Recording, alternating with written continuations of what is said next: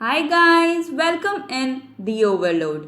आज की इस वीडियो में हम बात करने वाले हैं क्लास 12th बायोलॉजी के चैप्टर फर्स्ट की, जिसका नाम है रिप्रोडक्शन इन ऑर्गेनिज्म। ये video class 12th as well as NEET exam के लिए बहुत ज़्यादा इम्पॉर्टेंट है।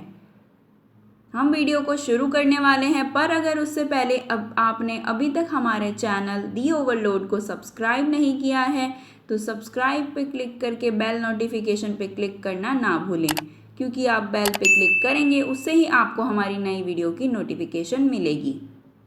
इस वीडियो को पूरा देखें, क्योंकि इस वीडियो में मैंने आपको हर टॉपिक के साथ साथ उसके इम्पॉर्टेंट क्वेश्चन जो प्रीवियस ईयर में ऑलरेडी पूछे गए हैं वो बताए हैं, और साथ साथ जो एक्सपेक्टेड हैं, जो आपके एग्ज़ाम में इस बार आ सकते हैं, वो भी मैंने आपको बताए हैं। So let's start. Chapter first, reproduction in organism.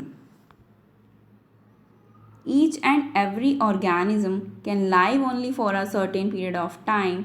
The period from birth to the natural death of an organism represents its lifespan. So यहाँ पे मोस्ट इम्पॉर्टेंट पॉइंट जो आपको फर्स्ट पॉइंट नोट करना है वो ये है कि जो बर्थ से नेचुरल डेथ तक का जो पीरियड होता है वो ही हमारा लाइफ स्पैन होता है। Lifespan of a few organisms are given in the figure. Several other organisms are drawn, for which you should find out their lifespan and write the space provided. Examine the lifespan of an organism represented in the figure. Isn't both interesting and intriguing to note that it may be short as few days and as long as few thousand years. यहाँ पे बोला गया है कि life span सबका एक जैसा नहीं होता है, किसी का बहुत छोटा होता है और किसी का बहुत ज़्यादा होता है।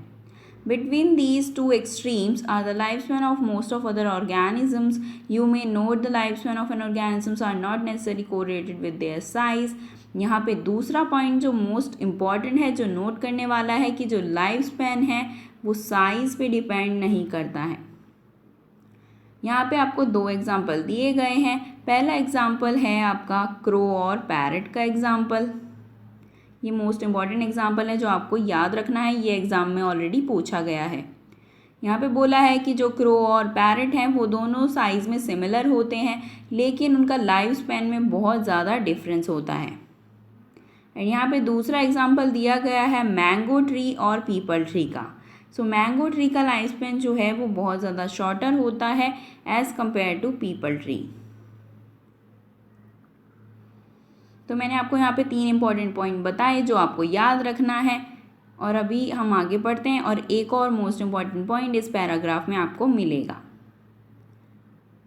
No individual immortal except single cell organism. यहाँ पे एक मोस्ट इम्पॉर्टेंट पॉइंट ये है कि सिंगल सेल ऑर्गेनिजम्स को छोड़ के कोई भी ऑर्गेनिज्म इमॉर्टल नहीं होता है। सिंगल सेल ऑर्गेनिज्म इमॉर्टल हो सकते हैं क्योंकि हमने बहुत सारे ऐसे ऑर्गेनिजम्स देखे हैं जो अभी तक जिंदा हैं, बहुत सारे सालों से वो जी रहे हैं। सो यहाँ पे मैंने आपको 4 इंपॉर्टेंट पॉइंट बताए। पहला कि आपको यहाँ पे बर्थ से नेचुरल डेथ तक का जो पीरियड होता है उसको हम लाइफ स्पैन कहते हैं, ये इम्पॉर्टेंट है। सेकंड, मैंने आपको बताया कि जो साइज़ पे डिपेंड नहीं करता है life span does not depends on size पे डिपेंड नहीं करता है लाइफ स्पैन, तो आपको ये सेकंड पॉइंट याद रखना है। थर्ड, यहाँ पे इसके जो एग्जाम्पल्स थे मैंगो ट्री वाला और एक क्रो और पैरट वाला, ये भी आपको याद रखने हैं। आप इसको एनसीईआरटी में या तो मार्क कर लीजिए या फिर अपनी कॉपी में नोट करते जाइए। फोर्थ इंपॉर्टेंट पॉइंट जो आपको ध्यान रखना है वो ये है कि सिंगल सेल ऑर्गेनिजम्स को छोड़ के कोई भी ऑर्गेनिज्म इमॉर्टल नहीं होता।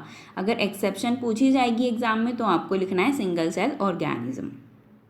अब हम बढ़ते हैं आगे और कुछ ऑर्गेनिजम्स का लाइफ स्पैन देखते हैं। ये लाइफ स्पैन बहुत ज़्यादा इम्पॉर्टेंट है क्योंकि एग्ज़ाम में बहुत बार पूछे जाते हैं। तो सबसे पहले जो भी मैं लाइफ स्पैन आपको बता रही हूँ वो आप एनसीईआरटी में नोट कीजिए, और या फिर आप अपनी कॉपी में भी नोट कर सकते हैं। सो एलिफेंट का लाइफ स्पैन होता है 70 ईयर्स।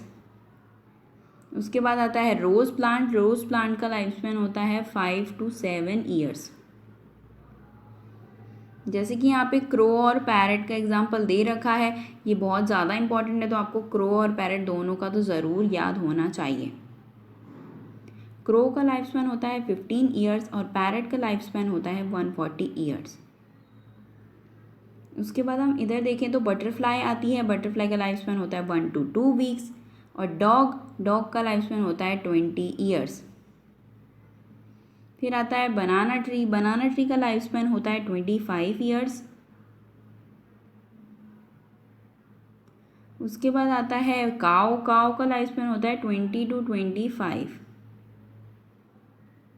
उसके बाद पैरट मैं आपको बता चुकी हूँ।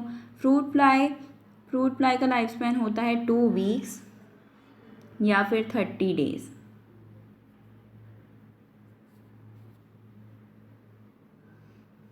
बनाना ट्री का लाइफ स्पैन होता है 200 to 300 ईयर्स।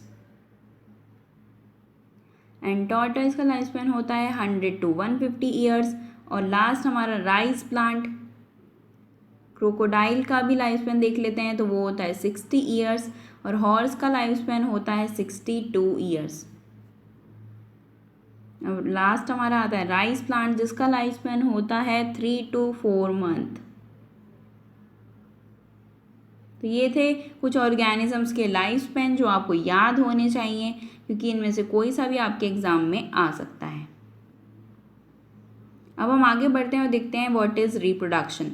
देखिए रिप्रोडक्शन में ये पूछा जाता है कि रिप्रोडक्शन किस टाइप का प्रोसेस है। तो फर्स्ट आपको ध्यान रखना है reproduction is a biological process in which an organism give rise to young ones of an offspring similar to itself। ये एक नए ऑर्गेनिज्म को जन्म देता है जो लगभग इसके जैसा ही होता है या फिर इसका 2 कॉपी होता है। The offsprings grow mature and turns to new offspring. ये जो नया ऑफस्प्रिंग्स है वो ग्रो होता है, मैच्योर होता है और फिर नए ऑफस्प्रिंग को जन्म देता है। Thus this cycle is continue birth growth and death. ये 3 फेजेस में साइकिल चलती रहती है। पहले बर्थ होता है, फिर ग्रोथ होती है, फिर डेथ हो जाती है। So reproduction enables the continuity of the species generation after generation. You will study in the chapter 5 principle of inheritance variation.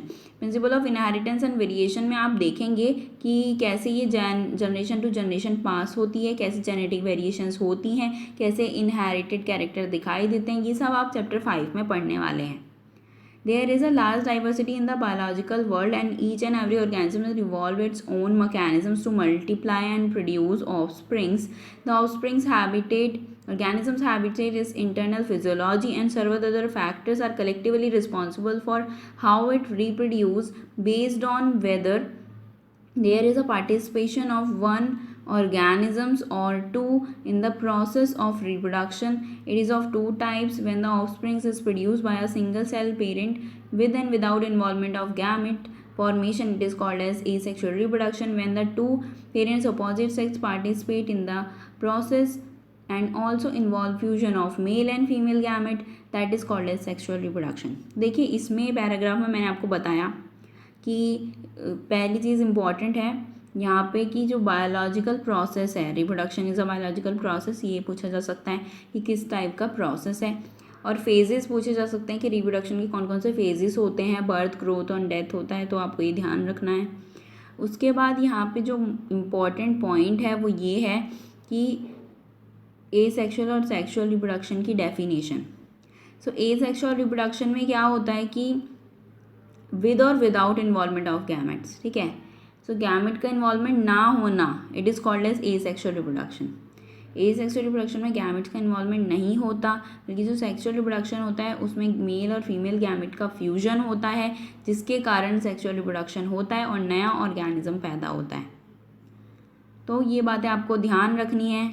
So friends, आज की वीडियो में बस इतना ही। नेक्स्ट वीडियो में हम एसेक्सुअल रिप्रोडक्शन को पूरा ख़त्म कर देंगे और उसके सारे इंपॉर्टेंट पॉइंट्स को अंडरलाइन करेंगे और साथ साथ पूरे चैप्टर को जल्द से जल्द ख़त्म करने वाले हैं। सो अगर आप उस वीडियो को मिस नहीं करना चाहते तो अभी हमारे चैनल दी ओवरलोड को सब्सक्राइब करके नोटिफिकेशन बेल आइकन पर क्लिक कीजिए हमारी हर न्यू वीडियो की नोटिफिकेशन के लिए।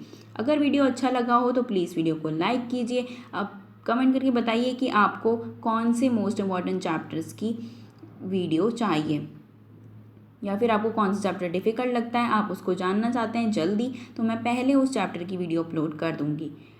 एंड अब इस वीडियो को ज़्यादा से ज़्यादा शेयर कीजिए अपने फ्रेंड्स के साथ ताकि उनकी भी हेल्प हो सके। And finally thanks for watching.